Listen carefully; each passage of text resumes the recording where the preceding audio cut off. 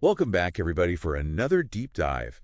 And today we're going deep into some JFK research. Oh, yeah. And, we always like to find these interesting little corners of, JFK research to dive into. Yeah, And we found a really good one for today. absolutely. So this is from 1998, and it is an issue of the Dealey Plaza Echo, Okay. which is a British JFK journal.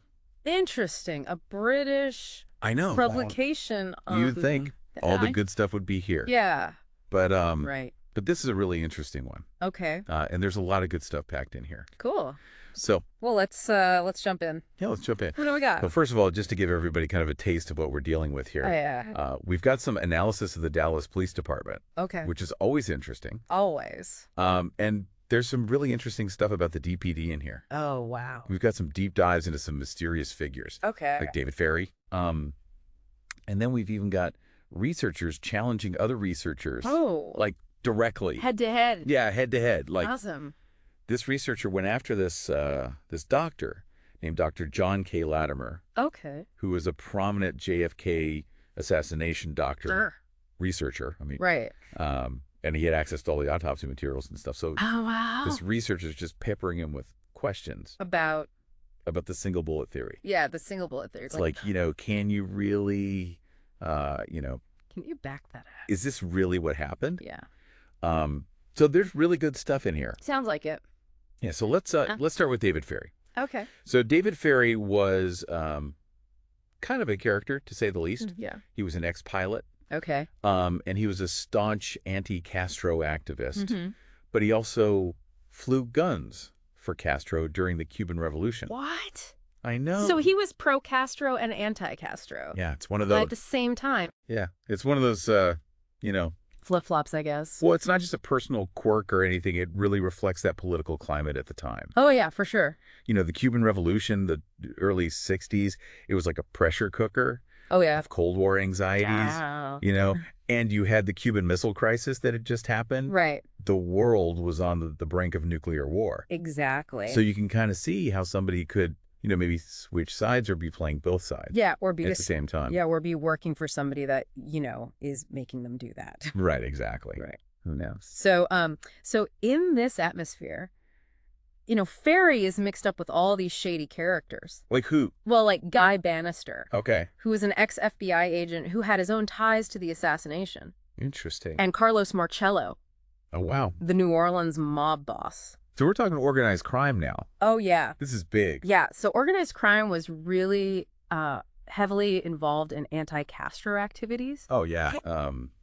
And Marcello, he had motive Yeah. and means to get rid of Kennedy, Right. especially after the Bay of Pigs, Yeah. fiasco. Yeah. And the whole thing with his brother going after the mob. Right. So, A lot of reasons to want Kennedy gone. yeah, he was not a fan of Kennedy. Let's put it that way. Right.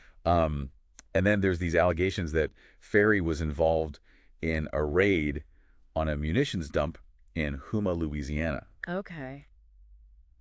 And some people think that this was actually connected to Operation Mongoose, Oh. which was like this top secret CIA program to sabotage Castro. Oh, so if Ferrie was involved with the CIA, Yeah. that adds a whole other dimension to this, Oh, yeah. to his story. So, yeah. And then there's this story of the library card. Oh, yeah. What's that? This is like something straight out of a spy movie. Okay. So supposedly a library card with Ferrie's name on it was found in Oswald's wallet after the assassination. Interesting.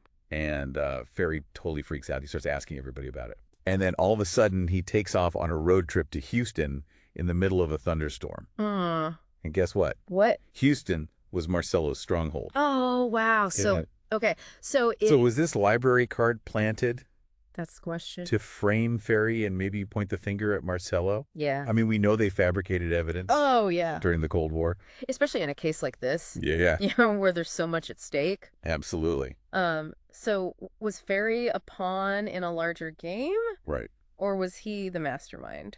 Or was he pulling the strings? Yeah. I mean, this is what makes the JFK assassination so fascinating. We've got Oh. missing pieces, Right. conflicting accounts, Yeah. larger than life characters. Yeah, it's like a real life thriller. It really is, and it's a historical puzzle with huge implications. Absolutely. So we got to keep digging. We got to keep digging. Absolutely. All right, so where do we go from here? I don't know. Let's take a look at the Dallas Police Department. Okay. And see what they're up to. Okay. So the Dallas Police Department in 1963. Yeah. This article. This is wild. Okay. A fascinating look. Okay, so first of all, did you know Yeah. there were only 5 police women on the entire force? 5 out of over 1,000 officers. It really gives you a sense of the times, doesn't it? Yeah, talk about a boys' club.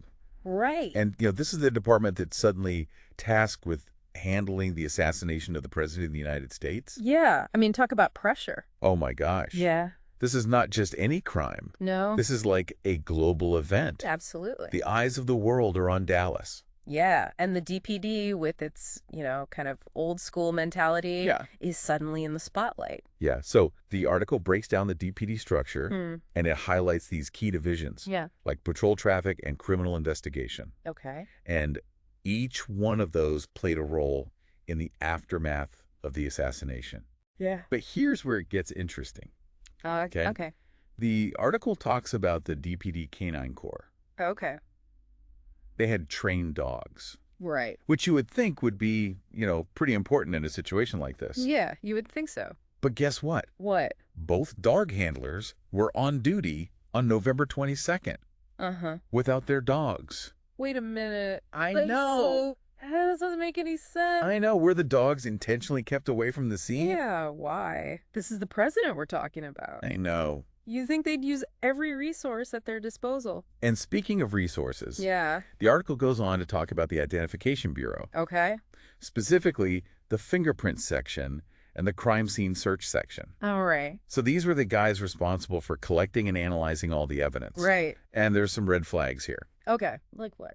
Well, the fingerprint section was apparently more focused on taking fingerprints from suspects than on actually analyzing the crime scene.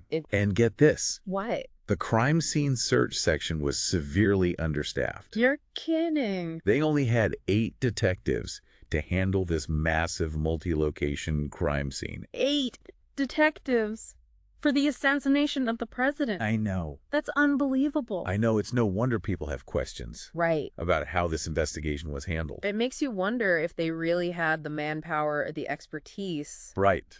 To do a thorough job.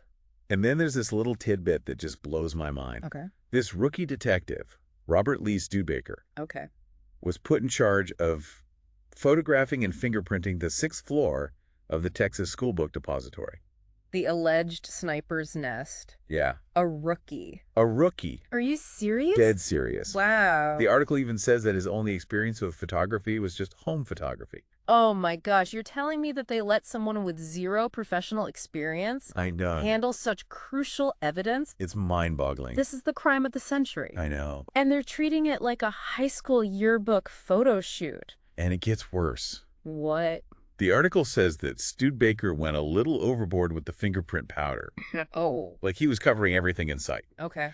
The author even notes that this did very little to commend the Dallas Police Department when the muck hit the fan later. It's a classic case of botched evidence handling. Right. I mean, these kinds of mistakes can cast serious doubt on the whole investigation. Okay, so we've got questionable decisions regarding the dog handlers, an understaffed crime scene search section, and a rookie handling crucial evidence. Yeah. And it doesn't stop there. Oh, no. The article goes on to talk about the Homicide and Robbery Bureau. Okay.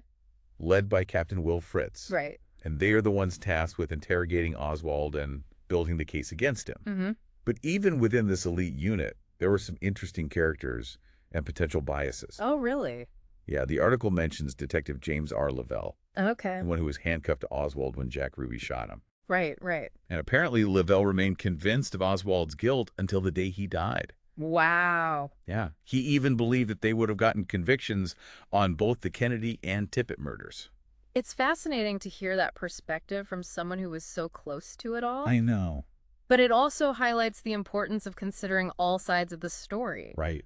Just because one detective was convinced of Oswald's guilt doesn't mean the case was open and shut. Exactly. And there's this line in the article that really stuck with me. Okay. The author mentions a document, the original 1963 monthly time book and payroll ledger for the Homicide and Robbery Bureau. Uh-huh. And he claims it's full of revealing side notes. Interesting. He even says that no other researcher has ever seen it. Wait, so there's potentially crucial document hidden away in a police department cupboard somewhere? Apparently. That sounds like something out of a conspiracy thriller. Right. Wow, and it makes you wonder what other secrets are still buried in the archives. Right. What other pieces of the puzzle are waiting to be discovered. Yeah, it's a reminder that the search for truth in the JFK assassination is far from over. Absolutely. There are still documents to be unearthed, witnesses to be interviewed, and connections to be made. And that's why this deep dive is so important. We're not just rehashing old theories, we're exploring the nuances, Right. the inconsistencies, the unanswered questions Right. that make this case so compelling. Okay, so let's get back to David Ferrie. Okay. You flagged an article called David Ferrie's Web of Intrigue. Yes. And it sounds like a wild ride through a world of anti-Castro activism, organized crime, and covert operations. It really is. The author does a great job of setting the scene, reminding us that the early 1960s was a time of intense Cold War paranoia. Oh, yeah. I mean, the Cuban Missile Crisis had just brought the world to the brink of nuclear war. Right. Anti-Castro sentiment was running high in the U.S. Yeah, and Ferrie was right in the thick of it. Oh, yeah. Training Cuban exiles for missions against Castro, even allegedly participating in a raid on a munitions dump in Houma, Louisiana. Right, and some researchers think that this raid was connected to Operation Mongoose, Yeah. a CIA-backed program aimed at destabilizing Cuba.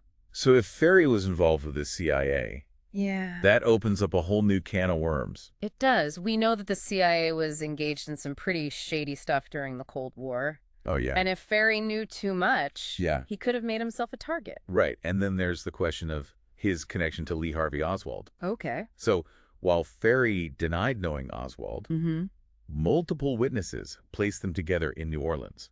Really? Yeah, they were both members of the Civil Air Patrol, and there are even rumors of a photograph showing them deep in conversation. Interesting. The article even quotes Oswald's brother Robert, Okay. who speculated that Ferrie might have been the one who introduced Lee to communist ideas. Wow. Yeah, he said, "I can't help wondering whether it might have been Ferrie who introduced Lee to communist ideas.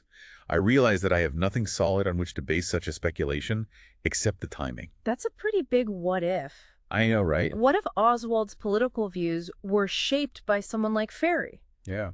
A man deeply entrenched in the anti-Castro movement. Yeah. And potentially connected to the CIA.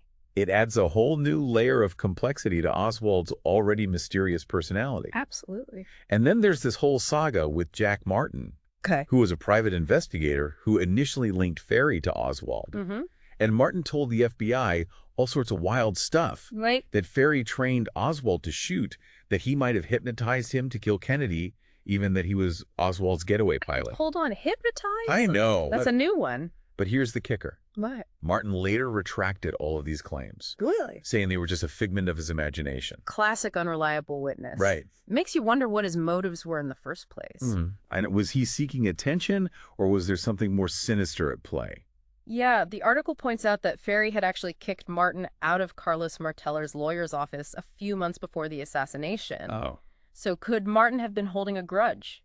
Ooh, revenge is a powerful motivator. It is. And speaking of revenge, let's talk about Jim Garrison. Okay. He was the district attorney of New Orleans, who became convinced that Ferrie was part of a plot to kill Kennedy. Yeah. He even put Clay Shaw, a prominent New Orleans businessman, on trial for conspiracy. Right. Garrison's investigation was like a whole other layer of this JFK onion. Yeah. It was highly controversial. Yeah. With critics accusing him of grandstanding and pursuing flimsy leads. But you have to admit, he dug up some interesting stuff. Like what? Like the testimony of Perry Russo, Okay. who claimed to have overheard Ferrie Shaw Yeah. and a man resembling Oswald discussing a plot to kill Kennedy at a party. Wow. Russo's testimony was a key part of Garrison's case. Right. But there were some major problems with it. Like, well, his story kept changing. Okay. And he was willing to be hypnotized Oh, no. to try and recall details. Hypnosis again. I know, right? That's never a good sign when it comes to witness reliability. Right. Critics accused Garrison of coaching Russo and manipulating his memories. Oh, wow. To fit the narrative that he was trying to create. And it gets even shadier. The article mentions allegations that Garrison's staff tried to bribe or coerce other witnesses into lying about Shaw's involvement. Really? Yeah, apparently a couple of prison inmates claimed they were offered deals in exchange for false testimony. If that's true, it throws a huge shadow over Garrison's entire investigation. Yeah, it suggests he was more interested in winning a conviction than in finding the truth. Right. So what are we to make of all this? Yeah. Was Garrison a crusading hero who uncovered a sinister conspiracy? Or was he a publicity hound who got carried away with a flimsy case? It's hard to say for sure, but one thing's for certain. What's that? Garrison's investigation kept the debate about the JFK assassination alive. Yeah. He challenged the official narrative and forced people to confront the possibility that there was more to the story than met the eye. And that in itself is a pretty significant legacy. It is. But let's not forget about all the other intriguing bits and pieces in this journal. Right. It's like every article opens a new door. Yeah. Revealing another layer of complexity in this never-ending mystery. Absolutely. Man, it's amazing how much we've covered just in this one issue of the Dealey Plaza Echo. I know, right? It's packed with fascinating stuff. But there's still so much more to unpack. Oh, yeah. Each article is like a rabbit hole. It really is. Leading to another layer of the JFK assassination mystery. But what I find so interesting is that, we're not just looking at conclusions here. Right. We're actually looking at the research process itself. Yeah, it's like peeking behind the curtain Yeah. and seeing how these JFK researchers operate, Yeah. The methods they use, the dead ends they encounter, the debates they have with each other. Yeah, like in this article, who was Richard Case Nigel's Mexico CIA contact? Oh, yeah, Tony Basing. By Tony Basing, yeah. He really goes deep on that one. Yeah, so for people who don't know, Nagel's this mysterious figure Right. who claimed to have inside information about the assassination.